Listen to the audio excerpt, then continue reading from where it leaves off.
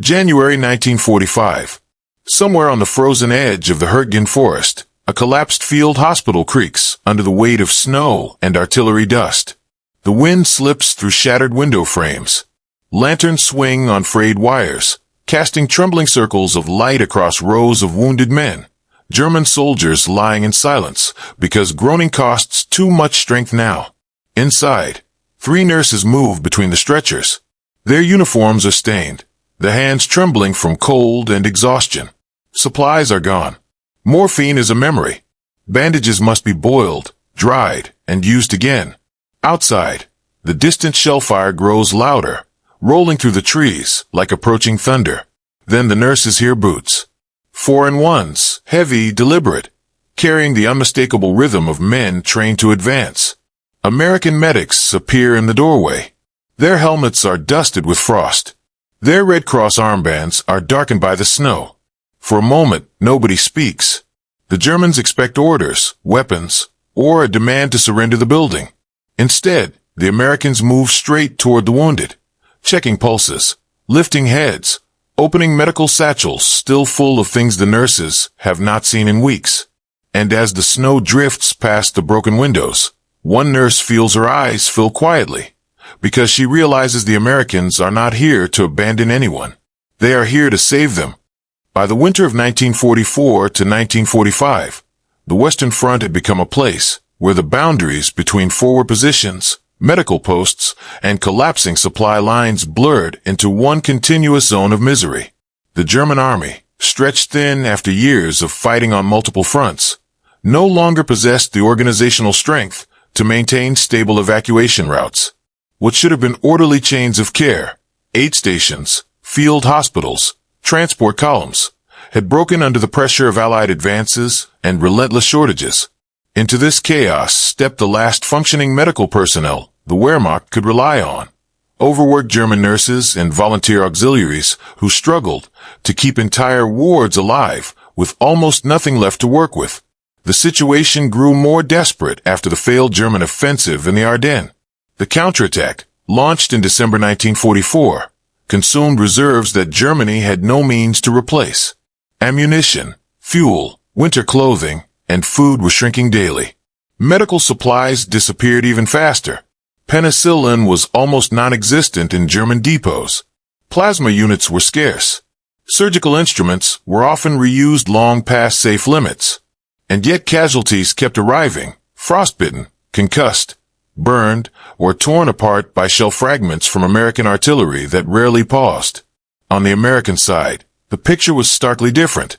The U.S. Army Medical Department had spent years refining evacuation procedures, triage systems, and forward mobility strategies. Combat medics were trained to operate close to the front line under fire, guided by Geneva Convention principles that demanded equal treatment of wounded soldiers, regardless of the uniform they wore. These principles, reinforced by leadership, doctrine, and the logistical power of the United States, gave American medics a clarity of mission even amid chaos. Their bags were filled with sulfa powder, morphine syrettes, field dressings, tourniquets, and small surgical kits designed for immediate stabilization.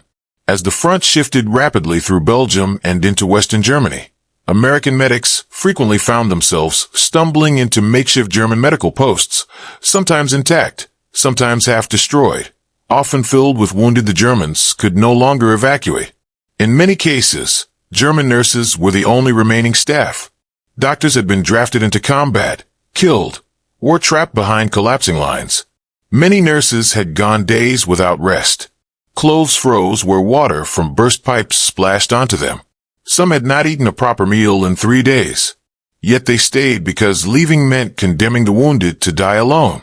The American medics, following established protocol, were expected to treat wounded enemies when they encountered them. This was not seen as an act of charity, but as a professional obligation, rooted in a belief that medical personnel transcended battlefield divisions. But for German nurses, raised under years of propaganda that painted Allied soldiers as ruthless, the sight of Americans tending to their wounded with discipline and care could be emotionally destabilizing. There are documented instances from January 1945 where American medical teams reached German aid stations, abandoned by retreating units. The nurses, unsure whether they would be taken captive, ordered away, or separated from their patients, instead watched the Americans kneel beside the wounded and begin working in silence. For some, this moment triggered an unexpected release of tension. Weeks of fear and hopelessness suddenly met by an enemy acting with humanity they had not been conditioned to expect. This emotional collapse did not come from sentimentality, but from exhaustion. Nurses who had spent months watching men die simply because they lacked the tools to save them were now confronted with foreign medics who carried exactly those tools. Plasma bags, sterile bandages, fresh morphine, even litters in good condition.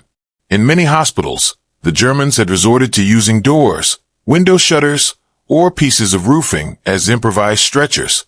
The Americans, however, arrived able to perform immediate stabilization, control bleeding, relieve pain, and prepare the most fragile patients for evacuation to better equipped facilities.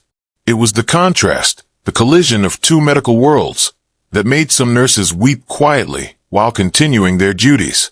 They were not tears for defeat or humiliation. They were tears for the sudden reappearance of hope. This humanitarian dynamic became more common as Allied forces penetrated deeper into German territory. Whenever American medics entered an overwhelmed German care station, they had to decide quickly how to allocate their limited supplies. In nearly every documented case, they prioritized the most critically wounded, regardless of nationality, as their training dictated. German nurses, witnessing this impartiality, often helped without hesitation, handing over instruments, holding lanterns, guiding medics to the worst cases. These encounters formed the fragile connective tissue between two collapsing worlds, one exhausted and depleting, the other advancing with structured medical doctrine. And each time American medics bent over a wounded German soldier, another small barrier between enemy camps dissolved in the cold winter air. The next stage of this narrative examines how, during these final months, the battlefield conditions grew even harsher, setting the stage for moments where both sides' medical paths converged even more tightly. The closing months of the war on the Western Front produced some of the most punishing medical conditions any army faced in the Second World War. Battles like the Hurtgen Forest and the Ardennes offensive unfolded in terrain that punished both soldiers and the medics trying to save them. Dense woods, steep ravines, flooded trenches, and freezing temperatures made evacuation not just difficult but often impossible. Stretchers had to be dragged over mud, snow, and tangled brush, sometimes taking hours to move a casualty a mere few hundred meters. In this environment, medical posts, whether German or American, became islands of temporary stability, surrounded by a shifting front. German field hospitals suffered the worst of these changes. The Wehrmacht's medical system, already strained by shortages on the Eastern Front, had been further weakened by Allied air superiority. Supply convoys carrying bandages, medicine, and surgical equipment were frequently destroyed before reaching their destination. Even sterilization units, essential for preventing infection during surgery, became luxuries.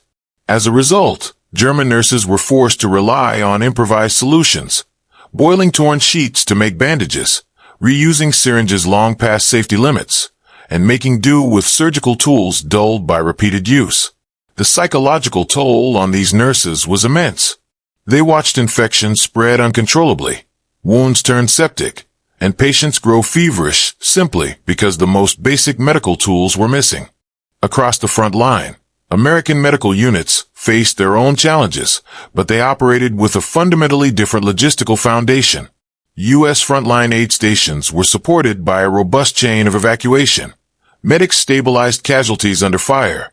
Aid stations performed initial treatment, clearing stations sorted priorities, and field hospitals delivered full surgical capability. Trucks, half-tracks, and even aircraft allowed rapid movement of casualties to better facilities. The presence of mobile surgical hospitals, precursors to the modern MASH concept, meant that even complex wounds could be treated before infection set in. This system wasn't perfect, and American medics suffered high casualty rates when working near the front, but the structure held. This disparity in capability became starkly visible during the harsh winter of 1944 to 45. In many areas, German nurses found themselves running facilities with no doctors present at all. Men too wounded to be moved were left in makeshift infirmaries, while retreating units pulled back. Some nurses remained voluntarily, refusing evacuation orders because they could not abandon patients. Their courage was undeniable, but without supplies or trained surgeons, their efforts became a constant struggle against time and inevitability. It was during these collapses that American medics would sometimes arrive, not as attackers, but as the first medically capable personnel to enter a failing German aid post. Accounts from both sides describe these meetings as tense but strangely calm. German nurses, knowing the front had overtaken them, often stood silently when the Americans entered, expecting to be ordered away from their wards.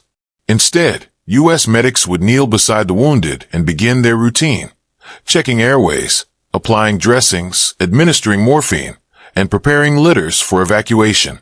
The procedure was clinical, practiced, and methodical. For nurses who had spent weeks improvising care with bare hands, it could feel unreal. In some cases, American officers formally instructed German nurses to continue assisting, recognizing their familiarity with patients and the layout of the facility. In others, the Americans worked while the nurses stepped back in disbelief, unsure whether they were now prisoners, participants, or observers. The emotional reaction that followed, quiet tears, collapsed shoulders, trembling hands, was not theatrical. It came from the sudden, overwhelming contrast between what they had endured and what they were now witnessing. Medical care performed with resources, stability, and confidence. Meanwhile, American medical personnel faced their own internal struggles. Treating enemy wounded was mandated by the Geneva Convention, but war is rarely clean. Some medics had lost friends days earlier in the same battles. Some had carried dying comrades through snow and artillery fire. Yet the doctrine of medical neutrality ran deep. To stop treating, to step back and categorize a wounded man as an enemy rather than a patient, was unthinkable to them. Many later spoke of a mental shift that occurred the moment they touched a casualty. The uniform disappeared, and the wound became the priority. These parallel emotional currents, German nurses overwhelmed by relief and exhaustion, American medics driven by ethical duty amid chaos, set the stage for extraordinary encounters where hostility briefly dissolved. And as the lines of battle continued to shift unpredictably, opportunities for such moments increased. The framework of these intersecting experiences shapes the next chapter of the documentary, where we examine the event from multiple angles, human, tactical, technological, and moral, to understand why these scenes became some of the most poignant medical moments of the final war months. For all the uniforms, ranks, and nationalities, the most defining element of these encounters was human fatigue. By January 1945, German nurses were living on the edge of collapse. Many had slept only in short bursts, curled on floors beside their patients. They had learned to ignore hunger, shaking hands, and the dull ache in their backs. What they could not ignore, however, was the slow, relentless death of men they were unable to save. Every wound untreated, every fever unbroken, every infection left to take its course. It all accumulated in them like a silent weight. When American medics entered these settings, they did not speak dramatically. They did not offer reassurance or proclamations. They simply began working. And this quiet competence created an emotional rupture. German nurses, conditioned by months of hopeless decline, now saw strangers performing treatments they had not been able to attempt in weeks. Plasma drips replaced empty bottles of boiled water. Fresh bandages were opened instead of recycled linen. Morphine syringes were drawn without hesitation. For nurses accustomed to improvisation and loss, the sudden shift from helplessness to possibility was overwhelming. Some wept silently, not from shame, but from the release of tension they had carried alone for too long. Others felt a mixture of disbelief and gratitude, emotions they did not have the strength to express verbally. In those moments, nationality became secondary. What mattered was the return of medical order, even if it came from the enemy. To understand why these encounters happened, one must consider the tactical logic of frontline medical corps operations. American medics were trained to move with or directly behind infantry. Their duty was proximity. The closer they were to combat, the greater the chance of saving lives.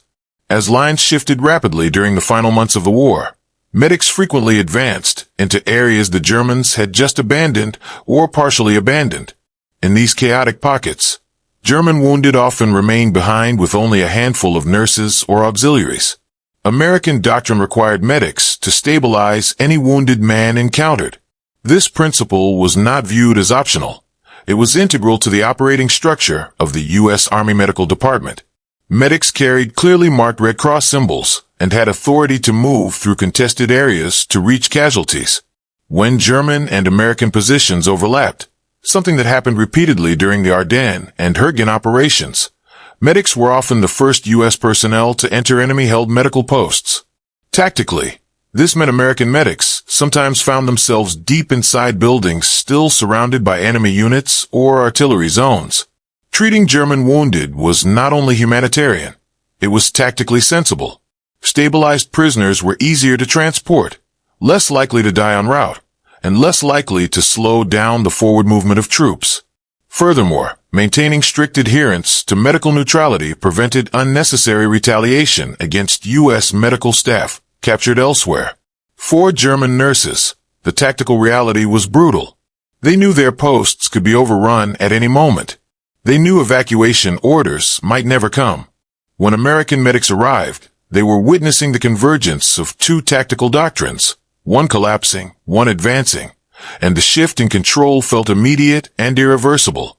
The technology of wartime medicine played a defining role in the emotional reactions observed in these encounters. The United States entered the European theater with a medical infrastructure unmatched by any other belligerent. Plasma units, morphine syrettes, sulfonamide powders, sterile field kits, and transport vehicles formed the backbone of American frontline care. By contrast, Germany entered the final year of the war running dangerously low on nearly every essential supply.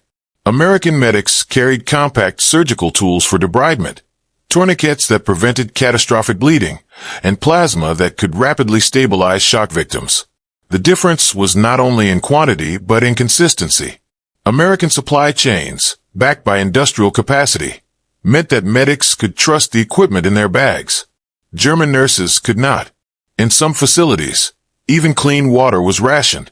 This technological gap was visible instantly when American medics started their work. A simple act, opening a sterile bandage or attaching a plasma bag, stood in stark contrast to the improvisation German staff had relied on for months. Some nurses had been forced to use strips torn from bed linens as dressings. Others cleaned wounds with boiled water because antiseptics had run out. In these conditions, the introduction of modern, sterile equipment felt almost miraculous. More than one German nurse later described the sound of an American medic opening a fresh pack of gauze as something unforgettable. Not because of the object itself, but because it signaled a return to proper medical practice, a return to a world where patients had a chance. This technological disparity formed the emotional and operational foundation for what would follow in the decisive moment ahead. The conduct of American medics in these encounters was not accidental. It was the direct result of leadership philosophy within the U.S. Army Medical Department. Senior medical officers insisted that the Red Cross emblem represented more than a protective symbol. It represented a code. Colonel John F. Marr, Brigadier General Edgar Erskine Hume, and other leaders of the Medical Corps repeatedly emphasized that American medical personnel were guardians of humanitarian principles. These officers understood that discipline and medical ethics rippled outward. How the U.S. treated enemy wounded would influence how American prisoners were treated in return, and it shaped the moral standing of the Army itself. As a result, medics were instructed clearly and repeatedly. A wounded soldier is no longer a combatant. This doctrine became ingrained in training depots, field manuals, and casualty evacuation procedures. Leaders held medics to a high standard even in chaos. Reports from the front show that some commanders temporarily halted advances so medics could retrieve wounded Germans before nightfall or before artillery resumed. This leadership environment fostered a culture in which saving lives, any lives, was not just permitted but expected. German nurses witnessing this leadership in action were often stunned. Their own medical hierarchy had largely collapsed, Hospitals sometimes operated without any officers present. In contrast, the Americans carried clear authority and procedure into every captured facility. Orders were given firmly but calmly. Triage decisions were made quickly, and German medical staff, exhausted and disoriented, found themselves gravitating toward this structured leadership, cooperating almost instinctively because it restored a sense of order in a setting that had long lacked it. From the German perspective, the emotional weight of these encounters often stemmed from surprise. Years of state messaging had painted Allied forces as cruel, vindictive, and unwilling to show mercy. On the Eastern Front, such fears were often grounded in reality. Brutality there was widespread and reciprocal. But on the Western Front, many German nurses had never directly encountered American medical units. When they finally did, their expectations collided powerfully with the reality before them. The silence in those early moments, when the Americans entered the aid station, was shaped by fear. Not fear of violence, but fear of what came next. Would they be removed from their patients? Would the wounded be ignored? Would they be treated harshly as captives? These were not theoretical concerns. They were the questions of people who had lived too long under uncertainty. But what they observed instead was something fundamentally disarming. American medics treating wounded German soldiers with the same urgency they applied to their own men. Pulse checks, airway management, hemorrhage control, performed without hesitation. The Americans did not ask political questions. They did not ask who the men had fought for. They simply treated. Many German nurses later described a sense of internal conflict. They felt relief that their patients might survive. They felt guilt that it took the enemy's arrival for that to become possible. They felt shame that their own nation had failed to provide what was now being offered by those they had been told to fear. These layered emotions contributed to the quiet tears some nurses shed, not out of humiliation, but because the moment exposed just how deeply the war had eroded their world. Ultimately, these encounters reveal one of the clearest moral contrasts of the late war period. Amid destruction, retreat, and ideological collapse, German nurses and American medics found themselves standing on opposite sides of a moral crossroads. For the Americans, medical neutrality was a guiding principle. For the Germans, survival was the priority, but their moral world had been shaped by the collapse of systems around them. In that environment, the arrival of American medics represented something rare, a moment where human dignity reasserted itself against the logic of total war. The moral power of these scenes lay not in dramatic dialogue or declarations, but in quiet actions. A medic placing a plasma bag beside a man who moments earlier would have been considered the enemy. A nurse guiding an American's hand toward a wound she had tried to manage alone. A stretcher being lifted by two nationalities who, outside the hospital walls, were expected to be killing each other. These moments did not end the war. They did not erase suffering, but they exposed a simple truth. Even in the harshest conflict, there exists a boundary that soldiers and nurses can choose not to cross. The American medics' refusal to abandon wounded Germans, even under fire, was a moral stance grounded in training, leadership, and personal conviction. The German nurses' reaction, tears, silence, whispered gratitude, was a reflection of the human cost of a collapsing nation suddenly met by compassion from an unexpected direction. This moral convergence sets the stage for the turning point, the moment when both sides, surrounded by danger, were forced to make decisions that would define the final hours of one of the war's most striking humanitarian episodes.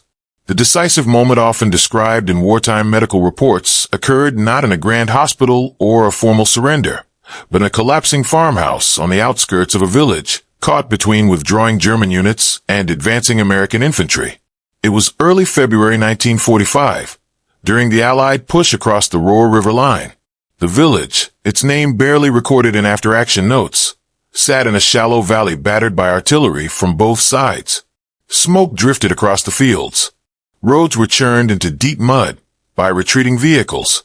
The farmhouse, once used for livestock, had become a makeshift German casualty station. Inside were more than 20 wounded soldiers laid across straw, blankets, and whatever wooden planks the nurses could find. Some had been there for days. The roof had been patched with tar paper and spare boards to keep the snow out. The only heat came from a small iron stove fed with broken furniture. 3 German nurses remained, all in their early 20s, pale from hunger and lack of sleep. They had no doctor, no plasma, and no functioning surgical tools. One soldier had already died that morning. Another was fading. By late afternoon, the distant rumble of American armor began to build. The German rear guard had already moved on, leaving the nurses and their wounded behind. The women understood what that meant. The front line was about to roll directly over them. They could not move their patients. They could only wait. The shelling intensified. A mortar round struck near the barn, showering the entrance with dirt and splinters. One nurse threw herself over a patient, shielding him with her body. Another struggled to relight a lantern blown out by the concussion. For a brief moment, they believed the incoming fire signaled the end. But then, abruptly, the shelling stopped. Boots approached, multiple pairs, steady and unhurried, not the erratic movement of retreat. The door opened. A squad of American infantry stepped inside, rifles lowered but not raised in threat. Behind them came 2 medics carrying bags marked with large red crosses that seemed impossibly clean compared to the blood-stained rags on the floor. The Germans froze. The Americans stood still, taking in the scene. Wounded men barely clinging to life. Nurses who looked as exhausted as the casualties they tended. The smell of infection and smoke hanging in the air. One U.S. medic, Staff Sergeant William Yost, immediately moved forward, kneeling beside the nearest soldier. He checked the man's pulse, called for a plasma unit, and signaled to the infantrymen to bring in more lanterns. The German nurses exchanged uncertain glances. They expected orders, perhaps to leave, to stand aside, or to be escorted out. Instead, Yost looked at them only briefly and said, "Show me the worst cases." His voice was calm, almost quiet, as if this were routine. And in his world it was. The nurses hesitated. One finally stepped forward and guided him toward a soldier with a chest wound that had opened again after the last artillery blast. Yost worked quickly, cutting bandages, applying pressure, preparing the plasma. The other American medic began assessing the remaining wounded, marking foreheads with charcoal to indicate priority level. The infantrymen stacked their rifles near the entrance and began helping lift men onto sturdier platforms. Outside, the sound of engines grew louder. More American vehicles arrived, half-tracks and jeeps equipped for casualty transport. A lieutenant entered, reviewed the scene, and gave an order. "We're evacuating all of them. No one stays." For the German nurses, the words cut deeper than expected. They had believed many of these men would die where they lay. Now the Americans were preparing a full evacuation, a logistical effort the Germans could no longer perform. It was this shift, from hopeless stagnation to organized rescue, that pushed one of the nurses to tears. She covered her face to hide it, but another medic noticed. He did not comment. He simply placed a blanket around her shoulders to keep the cold off. The turning point came moments later, when another burst of artillery, this time German, landed dangerously close. The farmhouse shook. Dust fell from the rafters.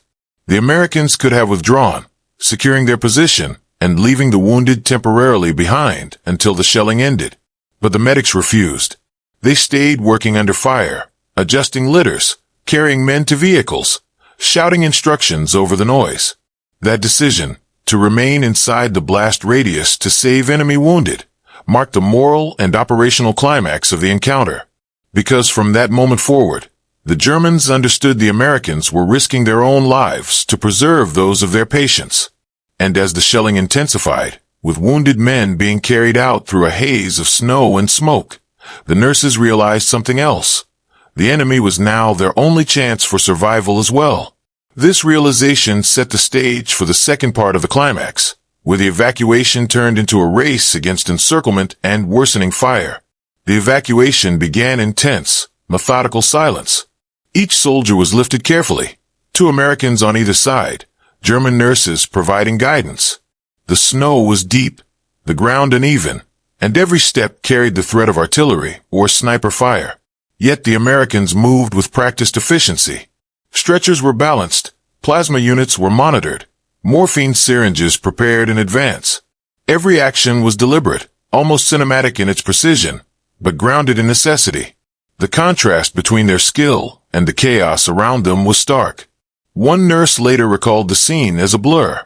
Men being carried, calls over the wind, frozen hands clasping the wounded. Yet the fear was constant. They could not escape the knowledge that a single misstep, one shell, one hidden mine, could kill everyone. The Americans, however, seemed to navigate this danger as part of the procedure, instinctively prioritizing both speed and care. In those moments, the nurses saw courage not in weaponry, but in unwavering devotion to duty. Along the route to the half-tracks, the wounded groaned or murmured. Some were semi-conscious, others barely breathing. Each received attention, dressing adjustments, small doses of morphine, gentle reassurances whispered in English or German. The nurses assisted when asked, holding limbs steady, relaying vital information about injuries, and maintaining a calm that belied the inner chaos. For the first time in weeks, they witnessed an operation executed with competence, compassion, and minimal loss of life.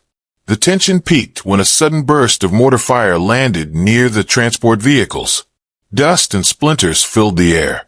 One stretcher teetered, and an American medic lunged to stabilize it, narrowly preventing a fatal slip.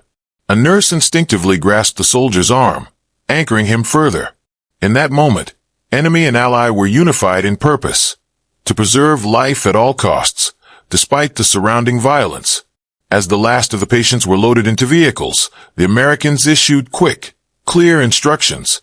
The nurses were to follow the medics, ensuring that none of the wounded was left behind. No arguments were needed. The German nurses, exhausted and emotionally raw, moved with the same precision, their tears now hidden behind resolute faces. They had become participants in a humanitarian mission that transcended lines on a map or propaganda they had been fed for years. The convoy moved slowly through the snow, with the Americans providing cover and guidance. Every kilometer was a battle against weather, terrain, and the remaining German artillery. Yet the wounded were alive, stable, and being monitored continuously. The morale of the nurses, previously at rock bottom, lifted not through relief from immediate danger, but through witnessing the unwavering commitment of those they had been taught to fear. The encounter had transformed the meaning of their work and, in subtle ways, reshaped their understanding of the enemy. By the time the convoy reached a safe medical station, all casualties had survived the evacuation, a remarkable outcome given the conditions. The German nurses, now allowed to rest, were observed quietly wiping their faces. Their tears were not for loss but for survival of men of duty and of a fragile moral code that had survived the chaos of war. The Americans, exhausted but composed, continued documenting the injuries, preparing the wounded for longer-term care, and ensuring that no detail of treatment was neglected. This climactic episode exemplifies the collision of courage, medical ethics, and human empathy under fire. It is a rare moment in the vast destruction of the Western Front where the act of saving lives, regardless of nationality, became a focal point for both practical necessity and moral clarity. The story of this extraordinary operation naturally leads into its aftermath, the consequences for the wounded, the nurses, and the broader understanding of wartime medical ethics. The immediate aftermath of the evacuation left a profound mark on all involved. Every wounded soldier carried in that freezing February snow had survived, an outcome considered improbable given the conditions and the number of casualties. American medics completed their duties with meticulous documentation, vital signs recorded, treatments logged, and evacuation priorities maintained. Such diligence ensured that the soldiers would receive continuity of care at the field hospital, preventing infections that had so often claimed lives in the preceding weeks. For the German nurses, the impact was both emotional and practical. Many later recounted that the quiet tears shed during the operation were the first release of tension they had felt in months. Exhaustion had been compounded by helplessness, but witnessing the Americans' methodical approach to saving lives reintroduced a sense of purpose. They continued assisting in the field hospital, now with an unexpected ally at their side. Their cooperation became an unspoken agreement. They provided knowledge of the patients, the facilities, and the available resources, while the Americans provided the tools, medications, and structured procedures previously absent. The event also had immediate tactical and operational consequences. by stabilizing German wounded and evacuating them to secure medical posts. American medics reduced potential complications that might otherwise have burdened retreating German units. Soldiers who might have otherwise perished in the snow were now capable of returning to duty, or at least surviving long enough to be transferred to rear hospitals. Commanding officers on both sides noted the efficiency of this cooperation, though reports framed it within the context of medical necessity rather than camaraderie. Personal testimonies from medics highlight the moral weight of these operations. Staff Sergeant William Yost, whose unit had been involved in the farmhouse evacuation, later reflected on the rare clarity that emerged in such extreme circumstances. The focus was not on enemy or ally, but solely on the wounded. Letters and diaries from other medics echoed this sentiment. Even as artillery fire continued to echo through the valley, their commitment to the Geneva Convention was upheld, not through abstract adherence, but through immediate, tangible action. The German nurses' reports, when compiled after the war, revealed a mixture of gratitude, awe, and enduring trauma. They described the Americans' calm demeanor under fire, their skill in applying medical procedures quickly, and their refusal to abandon wounded men even when the risk of death was high. These accounts, corroborated by U.S. medical logs, indicate that the convergence of medical professionalism and human empathy had created a rare moment of shared humanity on a battlefield otherwise defined by suffering and destruction. Beyond the immediate personnel, the story of the farmhouse evacuation became emblematic of broader ethical considerations. Military leadership, particularly within the U.S. Army Medical Department, cited these operations as case studies in the importance of maintaining medical neutrality and the potential operational advantages of adhering to humanitarian protocols. By treating enemy wounded reliably and without hesitation, medics not only preserved life, but indirectly influenced morale, discipline, and even propaganda narratives among both soldiers and civilians. The scene also had an enduring psychological impact. For German nurses, the realization that the enemy could display such unwavering commitment to life forced a reevaluation of their expectations and beliefs. For American medics, each successful evacuation reinforced the validity of their training and the importance of their professional ethos. This mutual recognition, though unspoken at the time, was a subtle but meaningful precursor to the broader post-war discourse on wartime medical ethics. As the American medics departed and the German nurses resumed their duties with renewed, if fragile, strength, the snow-covered battlefield returned to its bitter silence. Yet the echoes of this encounter would remain, shaping individual understanding, operational practices, and moral reflection long after the war's end. In the weeks following the evacuation, the long-term consequences of these humanitarian actions became evident across multiple levels: medical, psychological, and strategic. For the surviving German soldiers, access to proper care dramatically increased survival rates compared to previous months, when improvised hospitals and depleted supplies often meant that even treatable injuries became fatal. Field reports indicate that timely plasma administration, morphine use, and controlled evacuation reduced infections and shock-related deaths by a significant margin among those who might otherwise have perished in isolated posts. German nurses, meanwhile, began to witness a shift in morale within the remaining medical staff. Though the war continued to rage around them, they were no longer entirely alone in their efforts. Working alongside American medics, even for brief intervals, introduced a level of organization and skill that was previously unimaginable. The presence of trained personnel with reliable supplies allowed nurses to learn new techniques, stabilize more patients, and feel a renewed sense of purpose amid the chaos. Some later described this as a moment of moral rescue. Not only were their patients saved, but their own humanity and professional identity were quietly validated. Strategically, the cooperation, even implicit, between German and American medical personnel influenced battlefield outcomes in subtle ways. Stabilized casualties could be evacuated efficiently, allowing combat units to move without the added burden of severely wounded soldiers left behind. Commanders noted the operational advantage of having the enemy wounded preserved for potential prisoner exchanges, or simply removed from contested areas, minimizing the logistical complications of unmanaged casualties. In essence, adherence to medical ethics had tangible benefits beyond the immediate human cost. The psychological dimension of these encounters was equally significant. German nurses frequently recounted a profound sense of cognitive dissonance. The enemy, whom they had been taught to fear and distrust, demonstrated an unwavering commitment to life. This challenged ingrained beliefs and created a silent moral reckoning. Some nurses reported that these experiences stayed with them for decades, shaping their understanding of duty, compassion, and the boundaries of loyalty. For American medics, exposure to the desperation of the German medical corps reinforced the importance of empathy, training, and discipline under extreme conditions. Diaries and after-action reports repeatedly noted the quiet pride of having upheld ethical principles, even in the midst of total war. The farmhouse evacuation also influenced post-war reflection on humanitarian norms. Military historians and medical ethicists cite these incidents as illustrative of the practical value of the Geneva Convention in saving lives, even in situations of extreme danger. The Americans' insistence on treating enemy wounded without hesitation provided a model for subsequent military medical training, emphasizing that moral action and operational efficiency are not mutually exclusive. These events subtly contributed to evolving international standards for wartime medical conduct and prisoner treatment in conflicts that followed. Finally, the emotional imprint of these operations lingered. Nurses remembered the silent, weary faces of American medics kneeling beside their patients.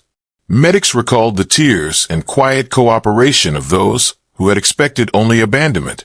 This convergence of skill, courage, and empathy created a rare instance where the brutality of the front lines intersected with an extraordinary affirmation of human dignity. The story of these encounters, though limited in scope, exemplifies how individual acts of moral courage can resonate far beyond immediate circumstances. The calm efficiency of American medics, the tentative but willing cooperation of German nurses, and the survival of wounded soldiers together created a microcosm of hope amid the chaos of war. The following reflection will examine the broader implications, historical, moral, and human, of such moments in the theater of total conflict. The farmhouse evacuation in the winter of 1945 stands as more than a single episode of battlefield heroism. It is a quiet testament to the enduring power of human compassion amid destruction. In the final months of World War II, when ideology, exhaustion, and propaganda had stripped away much of the ordinary decency of life, a handful of medics and nurses restored it, one patient at a time. The scene of German nurses weeping in silence as American medics refused to abandon the wounded is emblematic of a larger truth, that empathy, skill, and moral courage can survive even in the most brutal circumstances. These moments illuminate the dual nature of war. On one side lies destruction, frozen landscapes, shattered villages, and soldiers pushed beyond endurance. On the other lies the possibility of care, order, and ethical action. The American medics, guided by training and the principles of the Geneva Convention, demonstrated that adherence to moral duty need not falter under fire. The German nurses, exhausted and disillusioned, were reminded that humanity is not a casualty of conflict. In their quiet tears lay recognition, not only of lives saved, but of the fragile persistence of conscience. The implications extend beyond the immediate actors. Military historians note that such operations reinforced the practical value of medical neutrality, influencing post-war doctrines on casualty treatment, humanitarian intervention, and ethical leadership in combat. Philosophically, these encounters challenge the notion that war reduces humans solely to enemies. They reveal that empathy can cross lines drawn by ideology, uniform, or language. And perhaps most profoundly, these stories endure because they remind us of what war often obscures, that the smallest acts, an administered plasma bag, a lifted stretcher, a steady hand over a trembling patient, can ripple far beyond the moment, sustaining life, morale, and dignity. The image of German nurses, weeping silently while witnessing the enemy's mercy, will remain a quiet emblem of hope in history, proof that even in total war, humanity can endure.